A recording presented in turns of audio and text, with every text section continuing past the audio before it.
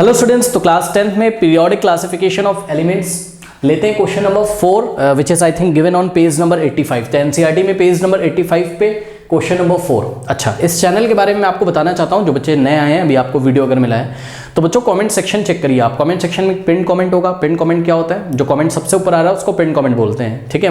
वहां पे read more लिख के आ रहा होगा, उस पर क्लिक करिए तो आपको हर एक चैप्टर का लिंक वहां पर दिख जाएगा। मतलब हर एक चैप्टर को फिजिक्स, केमिस्ट्री एंड मैथमेटिक्स के हम यहाँ पे पढ़ा चुके हैं बच्चों। बहुत ही क्वालिटी कंटेंट आपको इस चैनल पे मिलेगा।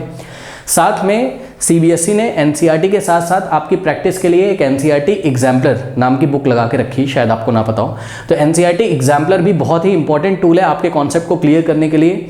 एनसीईआरटी एग्जाम्पलर भी फिजिक्स, केमिस्ट्री एंड मैथमेटिक्स की मैं पूरी सॉल्व करा चुका हूँ इस चैनल पे। पिन कमेंट में आपको लिंक मिल जाएगा, ठीक है ना। फिर भी आपको नहीं समझ में आ रहा है चैप्टर कहाँ से पढ़ना है, नहीं समझ में आ रहा है एनसीईआरटी सॉल्यूशंस कहाँ मिलेंगे, नहीं समझ में आ रहा है एग्जाम्पलर कहाँ मिलेगा, किसी भी चैप्टर का मान लीजिए नहीं मिल रहा है, तो आप मुझे व्हाट्सअप कर सकते हो, क्योंकि जो नए बच्चे वो थोड़ा कंफ्यूज रहते हैं। 7503644171, ठीक है। इस नंबर पे आप व्हाट्सअप करिए तो लिंक यहाँ से हम आपको सेंड कर देंगे। ये सारी इन्फॉर्मेशन थी न्यू स्टूडेंट्स के लिए। अब आइए स्टार्ट करते हैं आज की क्लास। तो page number 85 periodic classification of element, question number 4। एक चीज़ और, अगर आपके कॉन्सेप्ट नहीं क्लियर है इस चैप्टर के तो बच्चों पे प्लीज़ पहले कॉन्सेप्ट क्लियर करिए, चैप्टर के वीडियोस देखिए। कहाँ मिलेंगे? पिन कमेंट चेक करिए, ठीक है ना, वहाँ आपको मिल जाएगा।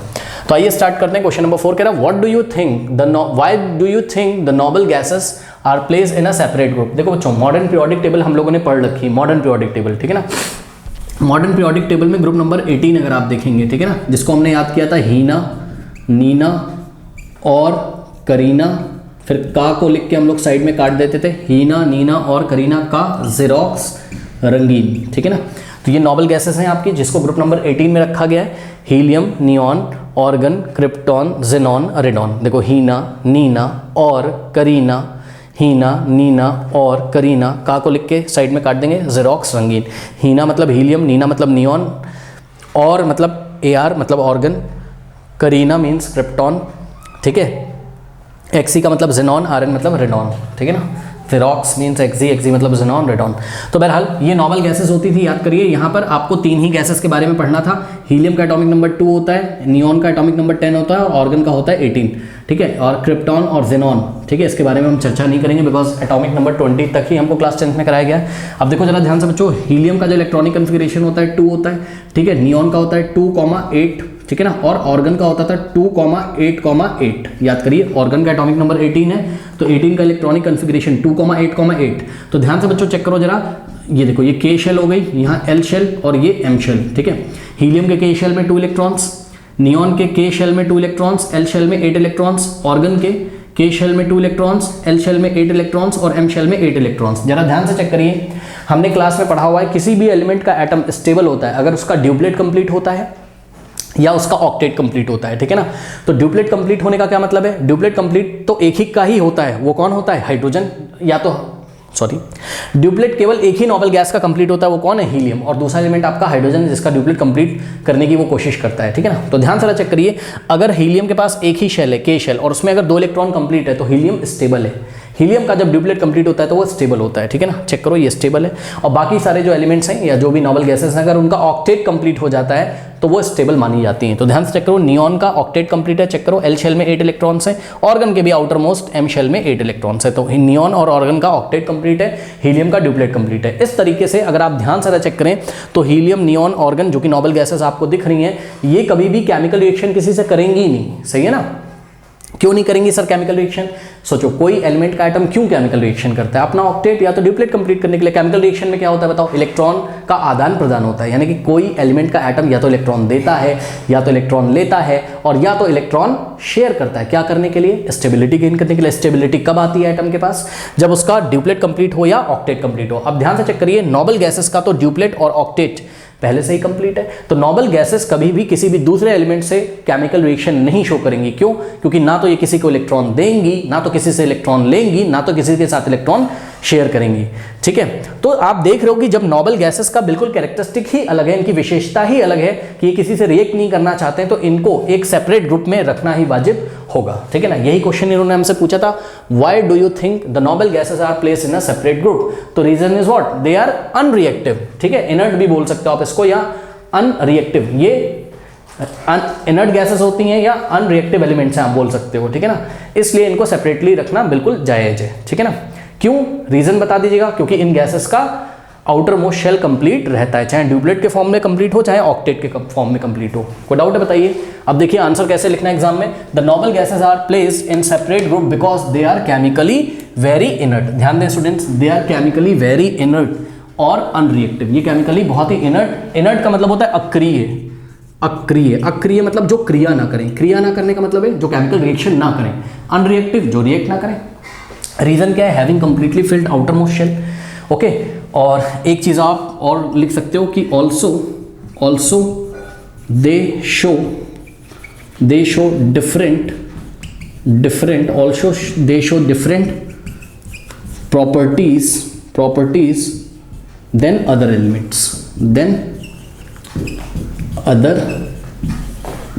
एलिमेंट्स, ठीक है ना। अब ये क्या चीज़ आपने आपको लिख दी, सुनिए जरा ध्यान से, आप यहाँ शब्दों पे ध्यान दीजिए। हमने यहाँ लिखाया है because they are chemically very inert, ये अक्रिय होती हैं। इसका मतलब ये नहीं कि ये रिएक्शन नहीं करती हैं। आप क्लास 11th और 12th में जाओगे तो आप देखोगे कि आप जेनॉन की केमिकल रिएक्शन पढ़ोगे बच्चों, जेनॉन फ्लोरीन से रिएक्शन कर देता है, ठीक है ना। तो इसलिए हम नीचे बात नहीं कर रहे हैं अभी ज़्यादा डिटेल में। ऐसा नहीं कि ये रिएक्शन नहीं करते हैं, बहुत ही एक्सट्रीम कंडीशन में रिएक्शन करते हैं, वो आप क्लास 11th में पढ़ोगे, बात समझ में आई कि नहीं। और इन गैसेस की बच्चों आप केमिकल प्रॉपर्टीज भी क्लास 12th में पढ़ेंगे, यस क्लास 12th में पढ़ेंगे, ठीक है ना। केमिस्ट्री में क्लास 12th में इन गैसेस की आप केमिकल प्रॉपर्टीज पढ़ेंगे और जो कि प्रॉपर्टीज दूसरे एलिमेंट्स है, जो पीरियोडिक टेबल में ग्रुप नंबर 18 को छोड़ के जो बाकी सारे एलिमेंट्स हैं ना, उनसे हट कर इनकी प्रॉपर्टीज होती हैं। इसीलिए हमने एक पॉइंट और लिखा दिया कि also they have different properties than other elements, इसलिए इनको सेपरेट ग्रुप में रखना वाजिब है, ठीक है ना। तो इस तरीके से आप इसका आंसर कर सकते हैं, ओके कर लीजिए। Now students, page number 90, question number 1. How could the modern periodic table remove various anomalies of Mendeleev periodic table? Okay, anomalies का मतलब होता है बच्चों कमियां, ठीक है ना। जो मॉडर्न पीरियोडिक टेबल आपने पढ़ी हुई है, मॉडर्न पीरियोडिक टेबल किस तरीके से मेंडलीव पीरियोडिक टेबल की कमियों को दूर करता है। तो देखिए बच्चों, मैं आपको यहाँ पर बता दूँ, यहाँ पे टोटल हम लोग 3 पॉइंट्स डिस्कस करेंगे, एक एक करके मैं आपको एक्सप्लेन करूँगा। यहाँ पे जगह नहीं, पहले फर्स्ट पॉइंट आपको क्या लिखना हो मैं एक्सप्लेन करूँ, फिर सेकंड, फिर थर्ड। तो इस तरीके से देखिए, इतना तो हम लोग को पता है मेंडलीव की जो पीरियोडिक टेबल थी वो किस पे बेस्ड थी, increasing order of atomic masses पर। याद करिए, मेंडलीव की जो पीरियोडिक टेबल थी वो बेस्ड थी किस पे, increasing order of atomic masses पे। यानी कि जो मेंडलीव था वो मानता था कि जो किसी भी एलिमेंट की जो फंडामेंटल प्रॉपर्टी वो एटॉमिक मासेस के प्रोपोर्शनल है, ठीक है। या आप बोल सकते हो कि मेंडलीव ये मानता था कि किसी भी एलिमेंट की जो फंडामेंटल प्रॉपर्टी उसके एटॉमिक मास पर डिपेंड करती है, ठीक है ना। बल्कि ऐसा नहीं है, आज बहुत सारे रिसर्च हुए हैं, बहुत सारी केमिकल रिएक्शन हम लोग करा के देख चुके हैं। जो मोर फंडामेंटल प्रॉपर्टी वो एटॉमिक मास पर डिपेंड नहीं करती है, एटॉमिक नंबर पर डिपेंड करती है। बात समझ आई कि नहीं आई, ठीक है। तो मॉडर्न पीरियोडिक लॉ किस पे बेस है, मॉडर्न पीरियोडिक लॉ बेस है increasing order of atomic number पर। और एटॉमिक नंबर किसके इक्वल होता है, नंबर ऑफ प्रोटॉन के इक्वल होता है, हमने पढ़ा हुआ है क्लास में, ठीक है ना। तो एलिमेंट्स को मॉडर्न पीरियोडिक टेबल में कैसे रखा गया, increasing order of atomic number के फॉर्म में, यानी कि इंक्रीजिंग ऑर्डर ऑफ प्रोटॉन्स के फॉर्म में, ठीक है ना। बात समझ में आई कि नहीं। तो ये बात किसने बताई थी सबसे पहले, हेनरी मोजले ने। मॉडर्न पीरियोडिक टेबल के बारे में किसने बताया था सबसे पहले, ये क्लास में हमने पढ़ा है, हेनरी मोजले ने, ठीक है। उसने क्या बोला था कि भाई एलिमेंट्स को आप लोग increasing order of atomic masses के फॉर्म में मत रखिए, increasing order of atomic masses के बेसिस पे मत रखिए। हेनरी मोजले ने बोला कि अगर आपको पीरियोडिक टेबल बनानी है तो आप एलिमेंट्स को increasing order of atomic number के बेसिस पे रखिए, क्योंकि एटॉमिक नंबर क्या होता है, प्रोटॉन के इक्वल, और proton is the more fundamental property of an element, okay. तो सबसे पहले देखिए एग्जाम में हम यहाँ पर एक्सप्लेन करेंगे, पहले कुछ थ्योरी लिखेंगे। हम बोलेंगे when the elements are arrange according to their atomic numbers, okay, on the basis of modern periodic law, ठीक है। मॉडर्न पीरियोडिक लॉ के बेसिस पे जब हम एलिमेंट्स को एटॉमिक नंबर्स के बेसिस पे अरेंज करेंगे, देन ऑल द एनोमलीज और defects of Mendeleev classification disappear. इस तरीके से जितने भी कमियां थी मेंडलीव पीरियोडिक टेबल में वो आपको दूर होते हुए नजर आएंगी, और this can be discuss below. इसको हम इस तरीके से डिस्कस करेंगे। तो पॉइंट 1 देखिए, explanation for the position of isotopes, ठीक है ना। अब ध्यान से चेक करिए बच्चों, आइसोटोप्स क्या होते हैं, पहले तो आप ये समझ लो। आइसोटोप्स कुछ बच्चों को नहीं पता होगा, मैं आपको बताना चाहता हूँ आइसोटोप्स क्या होते हैं। आइसोटोप्स सेम एलिमेंट के ही एटम होंगे, सेम एलिमेंट के ही एटम होंगे, ध्यान से चेक करिए। जैसे कि हम आपको एक एग्जांपल दिखाते हैं क्लोरीन का। अब क्लोरीन यहाँ एलिमेंट का नाम है और उसके हम आपको सेम, मैंने क्या बोला, सेम एलिमेंट के ही डिफरेंट एटम होंगे। अब डिफरेंट एटम हम क्यों बोल रहे हैं, क्योंकि ध्यान चेक करो, एक होता है बच्चों क्लोरीन 35 और एक होता है क्लोरीन 37। अब ये 35 और 37 क्या है, ये 35 और 37 क्या है, सुनिए, ये है एटॉमिक मास, ऊपर क्या लिखा जाता है एटॉमिक मास और नीचे क्या लिखा रहता है एटॉमिक नंबर। तो दोनों क्लोरीन को देखो बच्चों, दोनों ही क्लोरीन को देखिए अगर आप, तो दोनों के एटॉमिक मास अलग है, ये क्लोरीन 35 है और ये क्लोरीन 37 है। तो आइसोटोप्स क्या होते हैं, isotopes are the different atoms of the same element whose atomic numbers are same, जिनके एटॉमिक नंबर तो सेम होंगे लेकिन एटॉमिक मासेस क्या होंगे, डिफरेंट होंगे। बात समझ में आई कि नहीं है। तो देखिए यहाँ पे एटॉमिक मासेस डिफरेंट थे। अच्छा अब एक बात बताओ, क्लोरीन तो क्लोरीन है ना, मतलब मैं आपको पहले तो एक बात बताना चाहता हूँ, सुनो, पता है आज मॉडर्न टाइम में इतने रिसर्च हो गए हैं, जब भी आपको क्लोरीन मिलेगी ना कहीं पे, क्लोरीन का सैंपल अगर नेचर में आपको मिलेगा, पता है आपको इसका मिक्सचर मिलता है, आपको क्लोरीन 35 भी मिलता है, उसमें क्लोरीन 37 भी मिलता है, ठीक है। क्लोरीन 35 की क्वांटिटी ज़्यादा होती है और क्लोरीन 37 ट्रेसेस में मिलता है, मतलब बहुत कम मात्रा में क्लोरीन 37 होता है। लेकिन क्लोरीन तो क्लोरीन है। जब हम केमिकल रिएक्शन करा के देखते हैं, जैसे मान लो हाइड्रोजन की क्लोरीन से रिएक्शन कराइए, ठीक है ना बच्चों, हाइड्रोजन की अगर आप क्लोरीन से रिएक्शन कराएंगे तो आप ये नहीं पूछेंगे क्लोरीन कौन सा है, 35 वाला है या 37 वाला है, क्लोरीन तो क्लोरीन है, वो तो एलिमेंट है, ठीक है। तो यहाँ पर आपको HCl हाइड्रोजन क्लोराइड गैस मिलेगी, सही है ना। तो अब उसमें चाहे क्लोरीन 35 हो चाहे क्लोरीन 37 हो, तो यानी कि फंडामेंटल प्रॉपर्टी कौन है, तो जवाब है एटॉमिक मास फंडामेंटल प्रॉपर्टी नहीं है। फंडामेंटल प्रॉपर्टी क्या है, नंबर ऑफ प्रोटॉन्स। चेक करो, चाहे क्लोरीन 35 हो और चाहे क्लोरीन 37 हो, दोनों के एटॉमिक नंबर सेम है। एटॉमिक नंबर का मतलब क्या, number of protons. Soon low, atomic number number of proton के इक्वल होता है, यानी कि दोनों के एटॉमिक नंबर क्या है, सेम है, यानी कि दोनों के नंबर ऑफ प्रोटॉन्स क्या है, सेम है। बात समझ आई कि नहीं है, ठीक है। अब सुनो, मेंडलीव क्या करता था बच्चों, मेंडलीव क्या करता था, एटॉमिक मासेस के इंक्रीजिंग ऑर्डर में लगाता था, ठीक है ना। इस हिसाब से उसको क्लोरीन के लिए बच्चों 2 ग्रुप बनाने चाहिए थे मेंडलीव को। चेक करो, ये ग्रुप्स थे उसके ऐसे, ठीक है। तो कहीं उसका आना चाहिए था क्लोरीन 35, यहां मान लो आ गया ये ऐसे ग्रुप्स, ठीक है। ये देखिए, तो मेंडलीव के यहां पे आना चाहिए था क्लोरीन 35, फिर आना चाहिए था क्लोरीन 37। इस तरीके से क्लोरीन जो कि एक ही एलिमेंट है उसके लिए 2 ग्रुप होने चाहिए थे, ठीक है। बात समझ में, ये क्वेश्चन लोगों ने पूछा भी मेंडलीव से। अच्छा, मेंडलीव ने कर क्या रखा था, मेंडलीव ने क्लोरीन को एक ही पोजीशन दी थी बच्चों, ठीक है। एक ही ग्रुप में उसको एक ही पीरियड में एक ही पोजीशन दी थी, यही की बस उसने क्लोरीन को ऐसा दिखा दिया था। लेकिन लोगों ने उससे पूछा कि भैया एक बात बताओ मेंडलीव जी, कि आपने तो बेस किसको बनाया है, increasing order of atomic masses को। तो इस हिसाब से तो क्योंकि आइसोटोप का सबको पता था कि आइसोटोप्स में डिफरेंट एटम होंगे of the same element, same element के डिफरेंट एटम होंगे। डिफरेंट एटम क्यों बोल रहा हूँ, सेम एलिमेंट क्यों बोल रहा हूँ, ये भी क्लोरीन है ये भी क्लोरीन है, डिफरेंट एटम क्यों बोल रहा हूँ, डिफरेंट एटम इसलिए बोल रहा हूँ क्योंकि इसका जो न्यूक्लियस का स्ट्रक्चर है वो अलग है, इसका न्यूक्लियस का स्ट्रक्चर अलग है। न्यूक्लियस का स्ट्रक्चर अलग होने का मतलब है क्योंकि ये जो मास है ये कैसे निकालते हो आप, number of protons plus number of neutrons है। दोनों में प्रोटॉन तो सेम है लेकिन न्यूट्रॉन की संख्या क्या होगी, अलग अलग होगी न्यूक्लियस में, ठीक है ना। तो दोनों का एटॉमिक स्ट्रक्चर थोड़ा सा अलग है, इसलिए मैं बोल रहा हूँ different element of same, sorry different atom of same element में बोल रहा हूँ, different atom of same element में बोल रहा हूँ, ठीक है। तो इस हिसाब से मेंडलीव से पूछा गया भैया आपको तो क्लोरीन के लिए फिर 2 जगह बनानी चाहिए थी, 2 ग्रुप्स में इसको रखना चाहिए था, यहाँ क्लोरीन 35 आता है क्लोरीन 37। इस बात का जवाब उसके पास नहीं था। जवाब क्यों नहीं था बताइए, जवाब इसलिए नहीं था क्योंकि एटॉमिक नंबर उसका फंडामेंटल प्रॉपर्टी है ना, ठीक है ना। जैसे कि हमने आपको एक केमिकल रिएक्शन यहाँ पे करके दिखाई थी, हाइड्रोजन क्लोरीन के साथ रिएक्शन करेगा तो आप ये नहीं पूछोगे क्लोरीन 35 है कि क्लोरीन 37 है। हाइड्रोजन क्लोरीन से रिएक्शन करेगा तो हाइड्रोजन क्लोराइड ही बनेगा। तो मोर फंडामेंटल प्रॉपर्टी कौन सी है, एटॉमिक नंबर।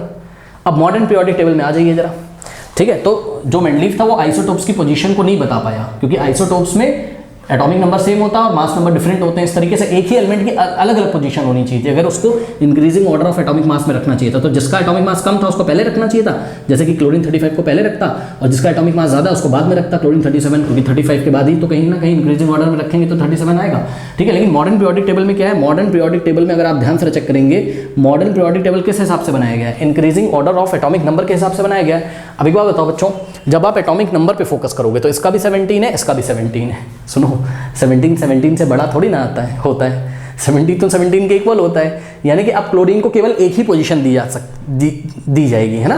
बात समझ नहीं, देखो जिस भी एलिमेंट का एटॉमिक नंबर कितना है 16 है उसको यहाँ रखेंगे और 16 के जस्ट राइट में किसको रखेंगे, 17 वाले को, तो क्लोरीन यहाँ कहीं आ जाएगा। और जैसा कि आप लोग को पता भी होगा, मैं आपको बता दूं कि क्लोरीन का जो होता है पीरियड, वो पीरियड नंबर 3 होता है और ग्रुप नंबर आपका 17 होता है, ठीक है ना। मॉडर्न पीरियोडिक टेबल में क्लोरीन का ग्रुप नंबर आपका 17 है और पीरियड नंबर आपका 3 है, आप लोग चेक भी कर सकते हो अपनी पीरियोडिक टेबल में, ठीक है। ये रहा आपका क्लोरीन। अब यहाँ सिंपली क्लोरीन लिख दिया गया, क्लोरीन का सिंबल ऐसा बना दिया गया। तो वेल नोन है इसमें दुनिया भर के सभी क्लोरीन आ जाएंगे, चाहे जितने आइसोटोप्स मिले, क्योंकि सभी आइसोटोप्स का एटॉमिक नंबर तो सेम है ना। तो सोचो जिस एलिमेंट का, बच्चों ध्यान से चेक करिए, ये पीरियड नंबर 3 है। अब सोचो ऐसा कुछ चल रहा होगा, किसी का 15 होगा एटॉमिक नंबर, उसको यहाँ रखा होगा, 16 वाले को यहाँ रखा होगा, ठीक है ना, और 17 वाले को ये देखिए आपने यहाँ रखा। Increasing order of atomic number में चल रहा है। ये क्लोरीन का कितना है, 17 है, मैं लिख दे रहा हूँ यहाँ 17 छोटा सा, ठीक है। इस तरीके से सभी आइसोटोप्स को एक ही पोजीशन मिलेगी, क्योंकि सभी आइसोटोप्स का एटॉमिक नंबर क्या होता है, सेम होता है। सिंपल बात समझ में। तो मेंडलीफ इस चीज़ को ने एक्सप्लेन करा था और मॉडर्न पीरियोडिक टेबल ने इस चीज़ को एक्सप्लेन कर दिया। अब इस चीज़ को हम लोग एग्जाम में कैसे लिखेंगे, तो पहले हेडिंग लगाएंगे फर्स्ट पॉइंट में, explanation for the position of isotopes. फिर हम लिखेंगे all the isotopes of an element have the same number of proton. यही बात मैंने आपको बताई, पढ़िए जरा क्या लिखा है, all the isotope an element. जैसे कि एक एलिमेंट मैंने यहाँ चूज किया है, उस एलिमेंट का नाम है क्लोरीन। क्लोरीन के 2 आइसोटोप्स मैंने आपको दिखाए हैं, क्लोरीन 35 और क्लोरीन 37। आप ध्यान से चेक करिए बच्चों, दोनों में एटॉमिक नंबर सेम है। एटॉमिक नंबर किसके इक्वल होता है, नंबर ऑफ प्रोटॉन के इक्वल होता है। तो यही बात तो मैंने लिखी हुई है, क्या कि all the isotope of an element having the same number of proton, so their atomic number is also the same. ठीक है, कुछ बच्चे अगर कंफ्यूज हो तो मैं आपको बता दूं भैया, सुनो, जो एटॉमिक नंबर होता है ना, वही नंबर ऑफ प्रोटॉन के इक्वल होता है। क्लास 9 में हमने पढ़ा है, ठीक है। यही बात मैंने लिखी हुई कि जो आपके आइसोटोप्स होंगे एलिमेंट के, जैसे कि यहाँ क्लोरीन 35 और क्लोरीन 37, उनके मास नंबर तो अलग होंगे लेकिन एटॉमिक नंबर सेम होगा, या फिर नंबर ऑफ प्रोटॉन सेम होंगे, ठीक है ना। Since all the isotopes of an element have the same atomic number, अब क्योंकि सभी आइसोटोप्स के सभी आइसोटोप्स जो किसी एक एलिमेंट के जितने भी आइसोटोप्स होते हैं उनके सेम एटॉमिक नंबर होते हैं, इसलिए क्या होगा, they can be put at one place in the group of periodic table. इस तरीके से पीरियोडिक टेबल में केवल किसी ग्रुप में एक ही पोजीशन उनकी आएगी, क्योंकि जो मॉडर्न पीरियोडिक टेबल है उसका बेस क्या था, उसका बेस था, आप लिख भी दीजिएगा कॉपी में कहीं, कि Henry Moseley explains that the more fundamental property of an element is its atomic number not atomic mass. तो modern periodic table was based on atomic number, ठीक है। तो atomic number is the most fundamental property.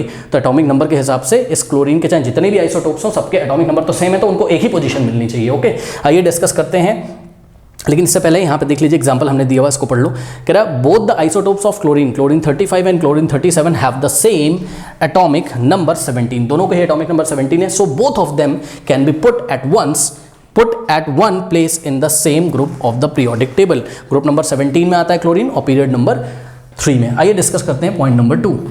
Next point आप लिखोगे explanation for the position of cobalt and निकल। बच्चों याद करिए, मेंडलीफ के पीरियोडिक टेबल में आपने देखा था यहाँ कहीं आयरन आता था, ठीक है ना, आयरन यहाँ कहीं आता था, फिर यहाँ पर कोबाल्ट और निकल को रखा था। अब कोबाल्ट का एटॉमिक मास कितना होता था, 58.9, और निकल का कितना था, 58.7। बताइए कौन छोटा है कौन बड़ा है, कौन छोटा है कौन बड़ा है, 58.7 छोटा है और 58.9 क्या है, ग्रेटर है। ये लेस है, ये ग्रेटर है। तो होना क्या चाहिए था कि निकल को पहले होना चाहिए था, यानी कि 58.7 को पहले होना चाहिए था, और कोबाल्ट में कैपिटल सी स्मॉल ओ होता है, याद रखना, कैपिटल सी कैपिटल ओ मत कर देना, वो कार्बन मोनोऑक्साइड हो जाएगा, ठीक है। तो 58.9 करेक्ट।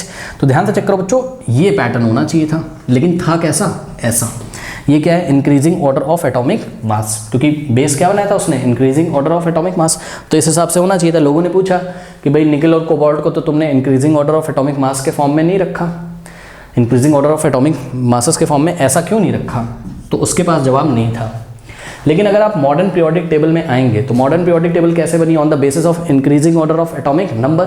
और एटॉमिक नंबर यहाँ पर बच्चों आपको निकल और कोबाल्ट का याद होना चाहिए। मैं आपको बता दूं कि निकल का जो एटॉमिक नंबर होता है आपका, ठीक है ना, तो वो होता है क्या आपका, ध्यान से चेक करो, निकल का होता है आपका 28, ठीक है ना, और कोबाल्ट का होता है आपका, मैं यहाँ लिख देता हूँ ऐसे, ठीक है ना, ये देखो, निकल का होता है आपका 28 और कोबाल्ट का होता है आपका 27, करेक्ट। ये एटॉमिक नंबर है। और अगर आपको मास लिखना है तो निकल का होता है 58.7, यहाँ मैं लिख देता हूँ 58.7, और कोबाल्ट का होता है आपका कितना, 58.9, ठीक है। अगर आप मॉडर्न पीरियोडिक लॉ देखें तो ये देखिए एटॉमिक नंबर कोबाल्ट का 27 है और निकल का कितना है, 28। तो मॉडर्न पीरियोडिक टेबल में अगर आप ध्यान से चेक करोगे तो कोबाल्ट पहले आता है बच्चों, चेक कर लो, और निकल बाद में आता है आपका, इंक्रीजिंग ऑर्डर में लगाया जाता है इसको। मॉडर्न पीरियोडिक टेबल में देखिए कोबाल्ट आपका पहले आता है, निकल बाद में, तो 27 पहले आएगा, 28 बाद में आएगा एटॉमिक नंबर के बेसिस पे, ठीक है। तो यही मैं गलती कर रहा था मेंडलीफ, वो इसलिए एक्सप्लेन नहीं कर पाता, उसका बेस ही गलत था, वो एटॉमिक मासेस के बेस पे अरेंज कर रहा था, ठीक है ना। तो यही बात आपको एक्सप्लेन कर देनी है क्या, कि the atomic number of cobalt is 27 and that of the nickel is 28. Now according to modern periodic law the elements are arranged in order of increasing atomic numbers. तो इस हिसाब से क्या होना चाहिए, so the cobalt with the lower atomic number 27, ठीक है ना, should come first. इस तरीके से कोबाल्ट जिसका एटॉमिक नंबर छोटा है, लोअर है, 27 को पहले आना चाहिए, and nickel with the higher atomic number 28, nickel को बाद में आना चाहिए, should come later even if their atomic masses are in wrong order, जबकि उनके एटॉमिक मासेस क्या है, रॉन्ग ऑर्डर में। ध्यान से चेक करो बच्चों, ऐसा ही तो बेचारे ने मेंडलीफ ने भी किया था, ऐसा ही तो किया था ना, पहले कोबाल्ट को रखा था फिर निकल को रखा था, रख तो दिया था, लेकिन वो अपना बेस क्या बता रहा था, increasing order of atomic mass, तो उस हिसाब से तो फिट नहीं हो रहा है। चेक करो ऊपर, ये increasing order of atomic mass थोड़ी ना है, तो डिक्रीज हो गया एटॉमिक मास, चेक करो डिक्रीज हो गया, ये बड़ा है ये छोटा है, ठीक, रखा उसने सही था, ठीक है ना। बट प्रॉब्लम क्या थी, प्रॉब्लम ये थी कि उसने फोकस नहीं कर पाया एटॉमिक मास पे। तो अगर मॉडर्न पीरियोडिक टेबल में हम देखें तो on the basis of atomic number के हिसाब से बिल्कुल सही। ध्यान चेक करो, 27 एटॉमिक नंबर आएगा, फिर 28 आएगा, जबकि उनके एटॉमिक मासेस रॉन्ग ऑर्डर में, और एटॉमिक मासेस से हमें मतलब नहीं है मॉडर्न पीरियोडिक टेबल में। कोई डाउट है बताइए। Now explanation for the position of hydrogen, ये आपको एक्सप्लेन करना हो तो एक्सप्लेन कर दो, नहीं करना है तो नहीं करो, कोई दिक्कत नहीं है। यही दोनों पॉइंट जो मैंने एक्सप्लेन करे वो कर दो, इसमें कुछ खास नहीं, बस आप पोजीशन ऑफ हाइड्रोजन को भी बता दीजिए कि मॉडर्न पीरियोडिक टेबल में आपने हाइड्रोजन को कहाँ रखा है, ग्रुप नंबर 1 में, याद है ली ना कर और नीचे रब से फरियाद, ऐसे कुछ एलिमेंट आते थे, हाइड्रोजन, लिथियम, सोडियम, पोटेशियम, तो ये एल्कली मेटल्स होते थे, याद है आपके। ग्रुप नंबर 1 कौन से आपके, एल्कली मेटल्स, ठीक है। तो एल्कली मेटल्स में सबसे टॉप पे आपने हाइड्रोजन को रखा है, क्यों, क्योंकि लिथियम का एटॉमिक नंबर कितना होता है 3, सोडियम होता है 11, पोटेशियम होता है 19, 3 का इलेक्ट्रॉनिक कन्फिगरेशन 2,1, 11 का इलेक्ट्रॉनिक कन्फिगरेशन 2,8,1 और 19 का इलेक्ट्रॉनिक कन्फिगरेशन 2,8,8,1। तो चेक करो, एल्कली मेटल्स के आउटर मोस्ट में कोई भी मेटल हो, लिथियम उसके भी आउटर मोस्ट में 1 इलेक्ट्रॉन आ रहा है, सोडियम के भी आउटर मोस्ट में 1 इलेक्ट्रॉन आ रहा है, पोटेशियम के भी आउटर मोस्ट में 1 इलेक्ट्रॉन आ रहा है, और हाइड्रोजन का तो एटॉमिक नंबर ही 1 होता है, तो हाइड्रोजन का इलेक्ट्रॉनिक कन्फिगरेशन ओनली 1 होगा। तो चेक करो, हाइड्रोजन का जो इलेक्ट्रॉनिक कन्फिगरेशन है वो सिमिलर है किसके, लिथियम, सोडियम, पोटेशियम। किस तरीके से, क्योंकि इन सभी एल्कली मेटल्स के आउटर मोस्ट में 1 इलेक्ट्रॉन आ रहे हैं, हाइड्रोजन के भी आउटर मोस्ट में 1 इलेक्ट्रॉन आ रहा है, तो इस तरीके से हाइड्रोजन की जो इलेक्ट्रॉनिक कन्फिगरेशन है वो कहीं ना कहीं एल्कली मेटल्स के साथ सिमिलर है मॉडर्न पीरियोडिक टेबल में। इसलिए हम मॉडर्न पीरियोडिक टेबल में हम ये एक्सप्लेन कर सकते हैं, हाँ भाई हाइड्रोजन को क्यों ग्रुप नंबर 1 में टॉप पे रखा गया है, ठीक है ना। तो ये बातें कुछ आपको यहाँ पर डिस्कस करनी थी। देखिए क्या लिखा हुआ है, हमने लिखा है hydrogen element has been place at the top of the group number 1 above the alkali metals। Reason क्या है, रीज़न इज दैट कि the electronic configuration of hydrogen is similar to that of alkali metals. Okay, कर लीजिए, बढ़ते हैं next question की तरफ। Number 2 देखिए, कह रहा name 2 elements you would expect to show chemical reaction similar to magnesium. Okay, कह रहा है 2 एलिमेंट्स के नाम बताइए जिनसे आप आशा कर रहे हो, जिनको आप लग रहा हो कि जो दोनों एलिमेंट्स कैसी केमिकल प्रॉपर्टी शो करेंगे, मैग्नीशियम जैसी। अब एक बात बताओ बच्चों, जब क्लास में पढ़ाया था क्या पढ़ाया था बताइए, क्लास में हमने आपको पढ़ाया था कि सेम ग्रुप के जो एलिमेंट होंगे बच्चों, उनकी केमिकल प्रॉपर्टीज भी क्या होती हैं, सिमिलर होती हैं। सेम भले ना हो, सिमिलर होती हैं, लगभग एक जैसी केमिकल प्रॉपर्टी शो करते हैं वो, ठीक है ना। अब ध्यान से चेक करो, आपको किसके सिमिलर केमिकल प्रॉपर्टी चाहिए, मैग्नीशियम के, तो आप मैग्नीशियम का ग्रुप चेक कर लीजिए। मैग्नीशियम कहाँ आता है बताइए, ग्रुप नंबर 2 में, याद है आपको, मैग्नीशियम आता है पीरियोडिक टेबल में ग्रुप नंबर 2 में। तो ग्रुप नंबर 2 में क्या पढ़ाया था, याद करिए, ग्रुप नंबर 2 में पढ़ाया था बेटा मांगे कार स्कूटर बाप राजी। याद है आप लोगों को, बेटा मांगे कार स्कूटर बाप राजी। बेटा मतलब बेरिलियम, मांगे मतलब मैग्नीशियम, कार CA से होगा कार, ठीक है ना, CA मतलब कैल्शियम, स्कूटर से हम लोग SR ले लेंगे तो स्ट्रोंटियम, बाप का BA ले लेंगे तो बेरियम, राजी RA ले लेंगे तो रेडियम, ठीक है ना। Beryllium, magnesium, calcium, strontium, barium, radium, correct. अब याद करिए यहाँ पर बच्चों, ये जो बेरिलियम, मैग्नीशियम, कैल्शियम, स्ट्रोंटियम, ये जो भी आपको दिखाई पड़ रहे हैं, ठीक है ना, इनकी सबकी केमिकल प्रॉपर्टी कैसी होगी, सिमिलर होगी। मैंने आपको क्लास में ये भी पढ़ाया है कि जब आप किसी ग्रुप में नीचे चले जाएंगे तो ज़्यादा नीचे वाले एलिमेंट्स की बात मत करिए, क्योंकि जब आप ग्रुप में नीचे जाओगे तो वो एलिमेंट्स थोड़ा अलग बिहेव करने लगते हैं, वो आप क्लास 11th में पढ़ोगे, ठीक है ना। तो यहाँ पर हम आपको क्या सजेस्ट करेंगे कि आप बेरियम और रेडियम को छोड़ दीजिए, बाकी आप बेरिलियम, मैग्नीशियम, कैल्शियम, स्ट्रोंटियम में से कुछ भी जवाब दे दीजिए। मतलब मैग्नीशियम के साथ केमिकल प्रॉपर्टी में कौन सिमिलर होगा, आप मैग्नीशियम के साथ आंसर क्या दे सकते हो बच्चों, यहाँ 2 सेट दे सकते हैं हम लोग। सुनिए, मैग्नीशियम के साथ आप आंसर दे दीजिए किसका, बेरिलियम या कैल्शियम का, एक तो ये आंसर पॉसिबल है, दूसरा आंसर आप दे सकते हो, मैग्नीशियम के अलावा 2 एलिमेंट्स बताने थे ना, तो मैग्नीशियम के साथ आप आंसर दे सकते हो किसका, एक बार बेरिलियम और कैल्शियम का दे दिया, अब कैल्शियम स्ट्रोंटियम भी दे सकते हो, ठीक है ना, कैल्शियम एंड स्ट्रोंटियम का भी आप यहाँ पे आंसर दे सकते हैं, ठीक है ना। अब मेरी बात सुनिए, ऐसा क्यों? ऐसा इसलिए, रीज़न एक तो हमने बता दिया कि भाई ये सारे एलिमेंट्स जो हैं वो सेम ग्रुप में आते हैं, ग्रुप नंबर 2 में, जिनको एल्कलाइन अर्थ मेटल भी बोला जाता है, आपको पता है। ओके, बट यहाँ पर आपको पूरा अच्छी तरीके से रीज़न देना होगा, सिर्फ इससे काम नहीं चलेगा कि ये ग्रुप नंबर 2 में आते हैं। बच्चों याद है आप लोगों को, सेम ग्रुप में जो एलिमेंट्स आते हैं उनके इलेक्ट्रॉनिक कन्फिगरेशन सिमिलर होते हैं। ध्यान से सुन लीजिए, सेम ग्रुप में जो एलिमेंट आते हैं उनके इलेक्ट्रॉनिक कन्फिगरेशन सिमिलर होते हैं। ये मैंने क्या बोल दिया, ध्यान से चेक करो। बेरिलियम का एटॉमिक नंबर बोलिए बच्चों क्या होता है 4, मैग्नीशियम का एटॉमिक नंबर क्या होता है बताइए 12, कैल्शियम का कितना होता है 20, बस इसके आगे हमें नहीं याद करना था, ठीक है ना। तो बेरिलियम का अगर आप इलेक्ट्रॉनिक क्लास 10th में आपको 20 तक याद कराया ना, तो चेक करो बेरिलियम का इलेक्ट्रॉनिक कन्फिगरेशन क्या होगा 2,2, भाई 4 का इलेक्ट्रॉनिक कन्फिगरेशन क्या होगा 2,2। मैग्नीशियम का क्या होगा, मैग्नीशियम का एटॉमिक नंबर 12 है, 12 का इलेक्ट्रॉनिक कन्फिगरेशन करिए 2,8,2।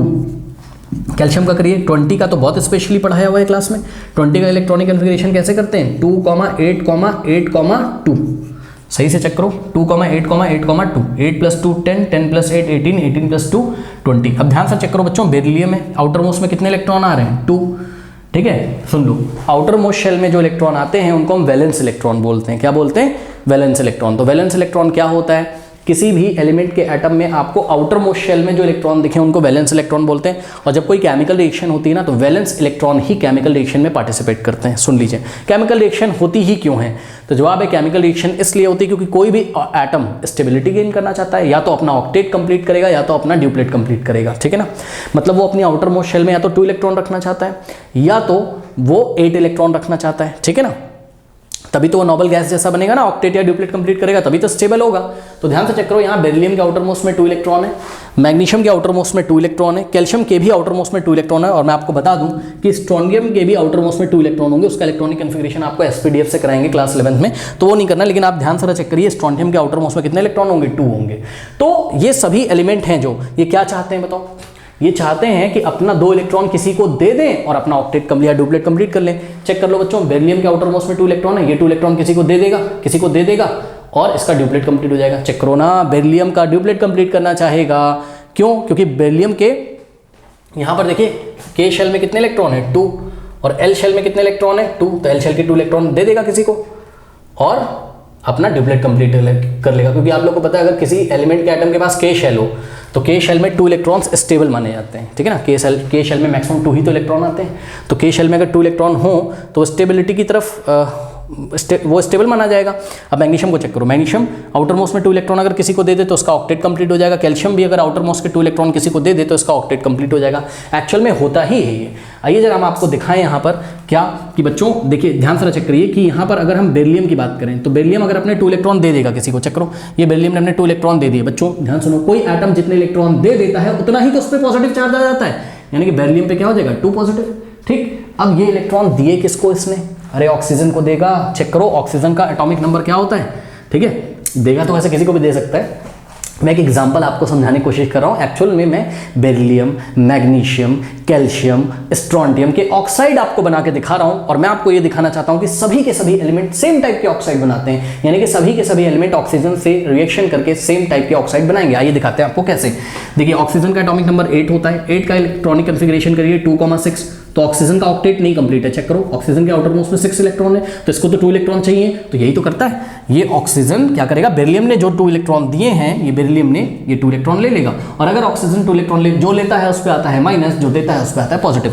तो बेरिलियम पे 2+ और ऑक्सीजन पे 2-, तो ये 2 इधर जाएगा, ये 2 इधर जाएगा, तो बेरिलियम ऑक्साइड का फॉर्मूला क्या बनेगा Be2O2।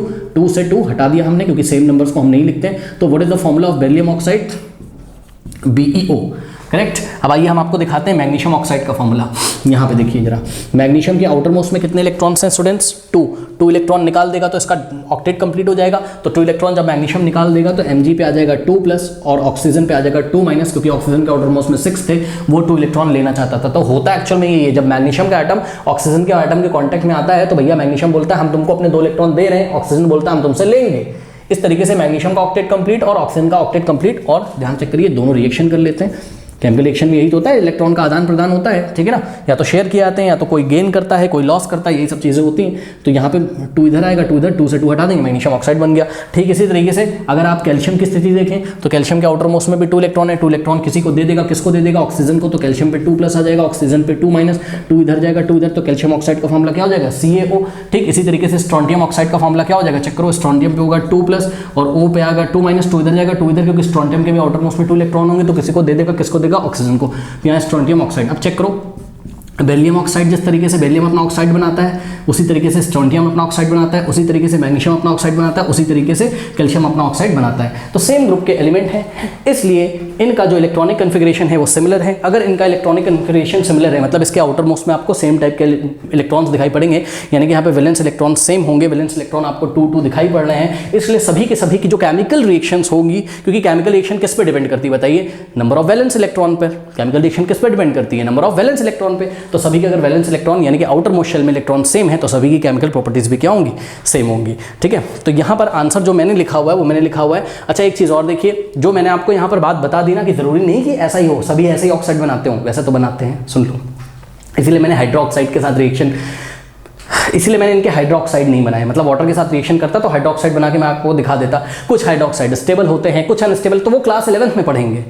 अभी ये जो सारे ऑक्साइड लेके हमने आपको समझाए हैं, इससे हम आपको सेटिस्फाई कराना चाहते हैं कि मैग्नीशियम के साथ आप बेरिलियम या कैल्शियम का एग्जांपल दीजिए, या मैग्नीशियम के साथ आप स्ट्रोंटियम और कैल्शियम का एग्जांपल दीजिए। तो मैंने यहाँ क्या लिखा हुआ है, मैंने बहरहाल आंसर में लिखा हुआ है कि calcium and strontium are expected to show chemical reactions similar to magnesium. Magnesium के साथ कैल्शियम और स्ट्रोंटियम जो होंगे आपके वो सिमिलर केमिकल प्रॉपर्टी दिखाएंगे। अच्छा बेरिलियम की स्पेलिंग अगर किसी को नहीं आती हो तो सुन लो, अगर कोई आंसर में बेरिलियम लिखना चाहता हूँ तो बैरी, BERY बैरी, और LLIUM बेरिलियम, सिंबल क्या है BE, ये भी आप दे सकते थे कैल्शियम के साथ। ठीक है, reason because calcium and strontium, अगर आपने आंसर में बेरिलियम और स्ट्रोंटियम लिया है या बेरियम और कैल्शियम लिया है, ठीक है ना, तो आप यहाँ बेरिलियम और कैल्शियम लिखिएगा। ठीक है ना, तो calcium strontium belong to the same group, that is the group number 2, है ना, या फिर हमें लिखना चाहिए था कैल्शियम स्ट्रोंटियम एंड मैग्नीशियम, तीनों के नाम लिख दो ना, belong to the same group, that is group number 2। और दूसरा जो रीजन आप ऑफ द पीरियोडिक टेबल, और दूसरा जो रीजन लिखोगे वो लिखोगे number of valence electrons, that is 2, is same in all these 3 elements. इन सभी तीनों एलिमेंट्स में मैग्नीशियम, स्ट्रोंटियम और कैल्शियम में नंबर ऑफ वैलेंस इलेक्ट्रॉन क्या है, सेम है। And since the chemical properties are due to valence electron, हमें पता है कि केमिकल प्रॉपर्टीज किस पे डिपेंड करती हैं, वैलेंस इलेक्ट्रॉन्स पर डिपेंड करती है, इसलिए दे शो सेम केमिकल प्रॉपर्टीज। और अगर आप क्वेश्चन देखें तो उन्होंने बोला है वुड यू वुड एक्सपेक्ट, आप बस आशा कर रहे हैं कि वो सेम केमिकल प्रॉपर्टी शो करेंगे या सिमिलर केमिकल प्रॉपर्टी शो करेंगे, ज़रूरी नहीं कि वो सिमिलर ही करें, क्योंकि कुछ एक्सेप्शन केसेस होते हैं, क्लास 11 में हम लोग पढ़ेंगे, इसलिए उसने एक्सपेक्ट शब्द का यूज़ किया था कि आप क्या आशा करते हो। तो अकॉर्डिंग टू क्लास 10th का हमारा जो नॉलेज है वो सेम ग्रुप में जो एलिमेंट है वो सेम टाइप के केमिकल रिएक्शन करेंगे, जितना हमारा नॉलेज है, तो हिसाब से हमने आंसर यहाँ पे कर दिया। आप लोग बच्चों इसको नोट कर सकते हैं, कर लीजिए। तो स्टूडेंट्स नेक्स्ट जो क्वेश्चन का आंसर है वो एंड स्क्रीन पे आ रहा होगा, और जाते जाते कमेंट सेक्शन में जो पिन कमेंट है उसको चेक करना ना भूलें। मिलते हैं नेक्स्ट वीडियो में, तब तक के लिए पढ़ते रहिए, बढ़ते रहिए, ऑल द बेस्ट।